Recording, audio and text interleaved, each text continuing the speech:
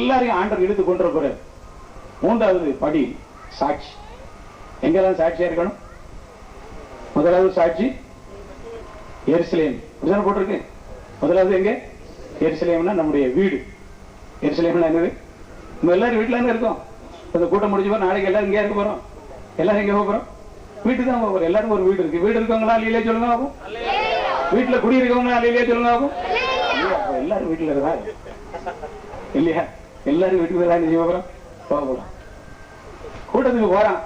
என்னதை அள்ளி கொண்டு வந்துட்டானோ அப்படின்னு சொல்லி சில வீட்டுல பொகுன்னு இப்ப சில வீட்டுல சந்தோஷமா எடுப்பாங்க. சில வீட்டுல அப்படியே ஒரு கூட்டம் அப்படின்னு சொன்னா நஞ்சா இருக்கும். நஞ்சாவது இன்னைக்கு சில ஆட்களுக்கு இந்த கூட்டம் அப்படின்னு சொன்னா அப்படி கசப்பா இருப்பாங்க. அவங்களால அந்த குடும்பத்துக்கு சாபங்களை வச்சிருக்காங்க.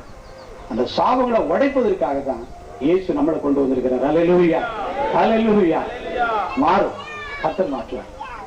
முதலாவது எருசலேமுடைய சொந்த வீடு. இரண்டாவது யூதேயா, நம்முடைய சபை, நம்ம குடியிருக்க நம்ம இருக்கக்கூடிய சபை. அடுத்தது சமாரியா, இன்னும் நம்முடைய தேசம் போட்டுக்காங்க. அடுத்தது உலகம் முழுவதும் நம்ம யாரா இருக்கணும்? சாட்சியா இருக்கணும். மூன்றாவது படி ஜெபம் பண்ண, வேதத்தை தியானம் பண்ண ஆரம்பிச்சிட்டோமா? ஜெபம் பண்ண ஆரம்பிச்சிட்டோமா? நம்ம விவசாயம் பார்த்தாலும், வியாபாரம் பார்த்தாலும், ஊழியம் செய்தாலும், படிச்சுட்டு இருந்தாலும், உத்தியோகம் செய்தாலும் யாரா இருக்கணும்? சாட்சியா இருக்கணும். சாட்சியா இருக்கணும். இதெல்லாம் அஸ்திவாரங்கள். இதெல்லாம் அஸ்திவார உபதேசங்கள். இந்த அஸ்திவாரங்கள் சரியா இருந்தா பில்டிங் எப்படி வேணாலும் என்ன செய்யலாம், போடலாம். அஸ்திவாரம் ஒண்ணும் இல்லாம சும்மா கூட வச்சுட்டு நிறுத்தி போட்டா 4 நாளைக்குள்ள மண்டை கூட வந்து என்ன செய்யும்? விடுந்து மண்டை கண்டெல்லாம் நொறுங்கிறாங்க. கூட இருக்கணும் செத்தான். மூன்றாவது ஸ்டெப் என்னன்னு கேட்டா சாட்சி. நீங்க இந்த கூட்டத்துக்கு வந்திருக்கீங்க. வீட்டுக்கு போன பிறகு உங்க வாழ்க்கையில ஏதாவது மாற்றம் இருக்கான்னு சொல்லி வீட்டில் உள்ளவங்களெல்லாம் பார்ப்பாங்க, சபையில் உள்ளவங்க பார்ப்பாங்க.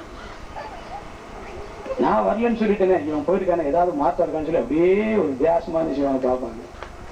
நீங்க ஒண்ணும் செய்ய வேண்டாம், அமைதியா இருங்க, வேற ஒண்ணும் வேண்டாம். அல்லேலூயா. நீங்க ஒண்ணும் பிரமாதமாங்க, அந்த பிரசங்கம் நடந்து இந்த பிரசங்கம் வந்து அவர் மியூசிக் போட்டார், இவர் பாட்டு படிச்சாரு, அவர் அப்படி செஞ்சாரு, டிவி வேணா இந்த படம் எடுத்தாங்க, போட்டோ எடுத்தாங்க, அதெல்லாம் ஒண்ணும் சொல்ல வேண்டாம். ஊமையா இருக்க போதும். அல்லேலூயா. அமைதியா இருக்க படிச்சுட்டாலே, அந்த அமைதியில ஆவி வந்துட்டாலே நம்மளை பத்தி எல்லாரும் புரிஞ்சுக்கிடுவாங்க. நம்மளுடைய யாரும் அனாவசியமா ஒரு வார்த்தை என்ன செய்ய மாட்டாங்க, பேச மாட்டாங்க. கை தட்டுங்க, கர்த்தரை துதிங்க, ஓடு கொந்தளிச்சு கிடப்போம். நேரத்துல தமிழ்நாடுலாம் ஒரே கொந்தளிப்பு டாப்பா.